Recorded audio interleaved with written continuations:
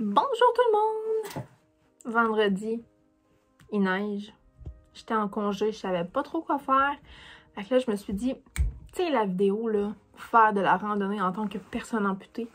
Ben, je me suis dit, je pourrais faire ça là. Évidemment, j'aurais aimé vous faire cette vidéo-là, mettons, plus en nature, avec vraiment là l'expérience vraiment en rando, en longue rando. Mais bon, j'en avais pas de prévu ces temps-ci. Puis en hiver, ça va un petit peu mal vous montrer tout ça. Fait qu'on va y aller à la bonne franquette. Je suis pas une professionnelle, je suis pas une movie maker. Je fais ça avec mon iPhone. C'est vraiment juste pour vous informer là, par rapport à la randonnée en tant que personne amputée. Donc, premièrement, je sais que les gens qui me suivent sur Instagram, qui me croisent en montagne, qui me rencontrent dans la rue l'été en short, font tout le temps « Oh mon Dieu, mais c'est donc bien plate, il te manque une jambe. » Ou les gens qui me rencontrent en rando font « Oh my God, t'es tellement bonne. » Non. Tu sais, oui, c'est beau, il me manque une jambe.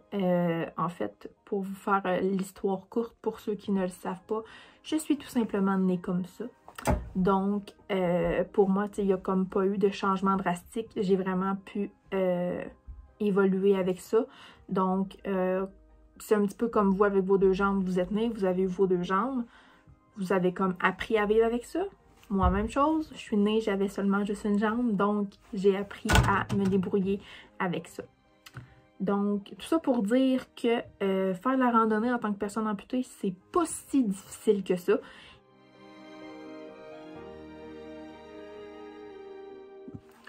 Donc, le premier des avantages, et le plus fréquent, le plus gossant, si je pourrais dire, c'est les blessures. Autant que vous, avec vos souliers, vos bottes, vous avez des blessures, moi j'en ai cheville aussi, pieds comme vous tous, mais j'en ai aussi sur mon moignon. Donc, c'est ça, je peux avoir plusieurs sortes de blessures. La première, la plus fréquente, c'est évidemment de l'irritation. L'irritation peut survenir premièrement quand j'ai trop chaud. Donc, moi, dans ma prothèse, je porte des bas de silicone, des bas comme ça ici. Donc, c'est ça. Si le bas, malheureusement, à cause de la chaleur, il va descendre sur mon moignon, donc il va faire qu'il n'est plus à la bonne place. Donc, que mon bas de prothèse va frotter directement sur ma peau au lieu de frotter sur mon bas. C'est à ce moment-là que je vais pouvoir, qu'on va voir apparaître de l'irritation. Évidemment, au cours de mes aventures, j'ai évidemment trouvé une solution pour ce problème-là, mais c'est évidemment le plus fréquent. Une autre blessure fréquente que j'ai, c'est aussi des ampoules. Donc, sur mon moignon, à cause de la friction que ça fait, donc dans mon bas de silicone, quand que je marche, évidemment, ça frotte. Donc, à cause de cette friction-là, ça crée des ampoules. Des ampoules pas très agréables. Ça, honnêtement, j'ai pas encore trouvé de solution miracle à part les péter. Sinon, un autre des avantages, c'est que malgré le fait que je suis capable de tout faire avec ma prothèse et ma vraie jambe, donc ma jambe gauche, compense énormément pour les efforts que je fais.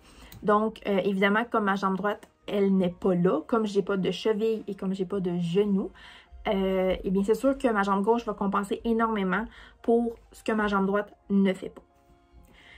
Évidemment, on n'a pas le choix. Ça, peu importe l'amputation qu'on a, on va toujours avoir une compensation comme ça du vrai membre, du membre sain, si on peut dire.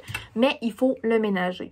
Parce que moi, j'ai juste 23 ans et on s'entend que je fais beaucoup de randonnées, je fais beaucoup de courses. Oui, c'est le fun, je suis active, mais mon genou de ma jambe gauche doit avoir à peu près 30-35 ans déjà. On voit que moi, quand que je monte une montagne, quand que je dois monter quelque chose, c'est toujours le même pattern. Donc, jambe gauche, on ramène la jambe droite, jambe gauche, on ramène la jambe droite. Donc, évidemment que on voit très bien là, la compensation de mon membre sain dans cette vidéo. On voit que il y a seulement ma jambe gauche qui force et je ne fais que ramener ma jambe droite. Tout ça par explication que j'ai pas de cheville puis j'ai pas de genou. Les solutions, il n'y en a pas. À part le fait que Évidemment, je dois reposer ma jambe gauche en revenant d'une longue randonnée. Un autre désavantage, c'est aussi que, évidemment, j'en ai parlé un petit peu plus tôt, je peux pas faire des 35 km par jour. Je suis pas capable, même si je voudrais du plus profond de mon cœur. Ma jambe gauche ne me le permet pas. Et une autre chose aussi, que vous, quand vous marchez, mettons, dans les roches, vous pensez pas vraiment à où est-ce que vous mettez les pieds. Oui, évidemment, parfois vous allez le faire, mais moi, c'est vraiment un struggle dans ma tête à dire, OK, il faut que je mette mon pied gauche là parce qu'il faut que je sois capable de ramener ma jambe droite. Mais si j'ai pas de place pour ramener ma jambe droite, je pourrais peut-être pas continuer. Donc, je pourrais peut-être pas justement là, faire un autre pas. Donc, c'est tout ça là, qui fait que des fois, juste faire un pas, faire une montée, monter une roche, moi, il va falloir que je pense à comment je vais y arriver. Mais comme tout bon problème a une solution, dans les quelques désavantages que je vous ai nommés plus tôt, j'ai trouvé des solutions par rapport à ça. Donc, premièrement, pour l'irritation, donc j'ai trouvé ça à ma pharmacie, ça s'appelle des Tagaderm. C'est sûr que moi, l'irritation, moi, ce que c'est vraiment une peau molle. Donc, mon oignon, c'est une peau de bébé, en fait. Donc, c'est ça, un plaster, ça ne tient pas. Parce que aussi, retenez que j'ai ça par-dessus qui respire pas. Dans le fond, j'ai ça. Puis après ça, j'ai ma prothèse. Puis tout ça frotte. Donc, un plaster, honnêtement, je l'ai essayé. Ça ne tient pas. Donc, c'est pour ça que le Tagaderm, c'est comme une petite pellicule mince, transparente. Puis, c'est vraiment souple. Donc, ça va suivre le mouvement de la peau. Donc, c'est vraiment parfait pour n'importe quoi. Vous pourriez même l'utiliser pour vos ampoules dans vos souliers. C'est vraiment le best. Une autre chose que j'apporte dans mon sac pour essayer d'empêcher l'irritation. Donc là, c'est peut-être plus pour les ampoules. Ça va être un déodorant comme ça, Vichy. Je fais de la pub pour Vichy. Fait que c'est ça. Ça, ce déo-là, c'est fait en fait un déo normal, mais c'est ma prothésiste qui me l'a recommandé. Donc, avant une longue randonnée, quand je sais qu'il va faire chaud, que je vais marcher beaucoup, je vais m'en mettre sur mon moignon et comme ça va éviter, il va éviter de suer, en fait. Donc, je ne bougerai pas dans mon emboîture, donc dans ma prothèse. Fait que, à ce moment-là, ça va moins frotter. Tada! Ça, on devrait tout en avoir dans notre trousse de premiers soins, genre polysporin, name it, là. Moi, j'ai un Option Plus de la marque de ma pharmacie. C'est vraiment juste une crème pour comme les bobos. Donc, évidemment, si c'est un bobo, le soir, en me couchant, je mets ça. Le lendemain, je vais mettre mon Tagaderm par-dessus. Puis, on va être en business. Une autre chose que j'apporte en plus dans mon sac, c'est une valve. Vous allez dire que c'est ça. Ça, c'est le petit piton qui sert à enlever et faire rentrer l'air dans ma prothèse. Ouais, très utile. Donc, j'en amène toujours une en backup parce qu'on ne sait jamais si je perds la mienne, celle que j'ai en ce moment sur ma prothèse, ou elle se brise, ça va faire que ma prothèse ne tiendra plus. Donc, petit cours vite concernant la valve et la prothèse. Donc, ici, j'ai un bas, mon bas que j'ai sur moi, avec un seal. Et c'est ce seal-là qui va venir suctionner dans ma prothèse. Donc, la prothèse avec la valve. Donc, aussi simple que ça. Et on va voir que, comme ça ici. Et un coup que c'est bien suctionné, ça tient. Donc, voyez-vous, je le tiens juste là avec mes deux mains. Donc, c'est comme ça que ma prothèse elle tient à tous les jours avec de la succion. Et si je pèse ici sur le petit piton, on va, et que je tire en même temps, pas évident. Voilà, ça sort. Donc, vous comprenez l'importance d'avoir une autre valve parce que c'est comme ça que je fonctionne.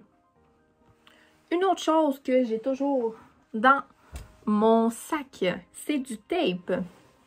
Peut-être que vous en avez pour vos bâtons de marche. Je sais pas pourquoi d'autres vous en auriez en fait. Moi j'en ai au cas où que mes 2 valves tombent en ruine, qui brisent en fait. Parce que je peux toujours m'arranger que si j'ai plus de valve, je rentre dans ma prothèse, comme j'ai fait la démonstration plus tôt. Et un coup dedans, je mets du tape dessus, le trou de la valve. Donc, à ce moment-là, moi, je vais inductionner. Et le fait que le tape cache le trou de la valve, donc l'air ne sortira pas, donc je vais tenir dedans quand même. Plus côté technique, non, j'amène pas tout ça en rando. J'amène seulement le petit 5 ici. Bon, je pourrais pas vous dire c'est quoi. Des clés. Je suis pas très bonne en bricolage. Mais voilà, j'amène tout le temps ça aussi. Parce que ma prothèse, c'est beaucoup de la mécanique. Donc, si, exemple, que je sais pas, moi, je perds un bout. Vous vous dites, ça se peut? Si je perds un bout, il faut que je sois capable de m'arranger pour me revisser toute seule. Donc, cette petite outil-là est très utile. On a fait beaucoup de magasins avant de savoir que lui, avant de trouver en fait que lui c'était le bon. Mais ouais, il faut que j'amène tout le temps ça aussi. Comme ça, ben, si je me ramasse avec mon pied et ma cheville dans mes mains, ben au moins je vais pouvoir me revisser. Et sinon, une autre chose que j'apporte quand je sais que je dois traverser là, des rivières ou des petits cours d'eau à gué, un sac de poubelle. Vous pouvez rire, vous, qu'est-ce que vous faites? Vous enlevez vos souliers, vous relevez là, vous relevez vos pantalons. Moi, évidemment, étant de la mécanique comme ça ici, le pied ne peut pas aller dans l'eau. Dans le fond, si j'ai de l'eau jusqu'ici, ça va. Du moment qu'on dépasse ça ici, c'est de la mécanique, ça va pas dans l'eau. Ça peut rouiller.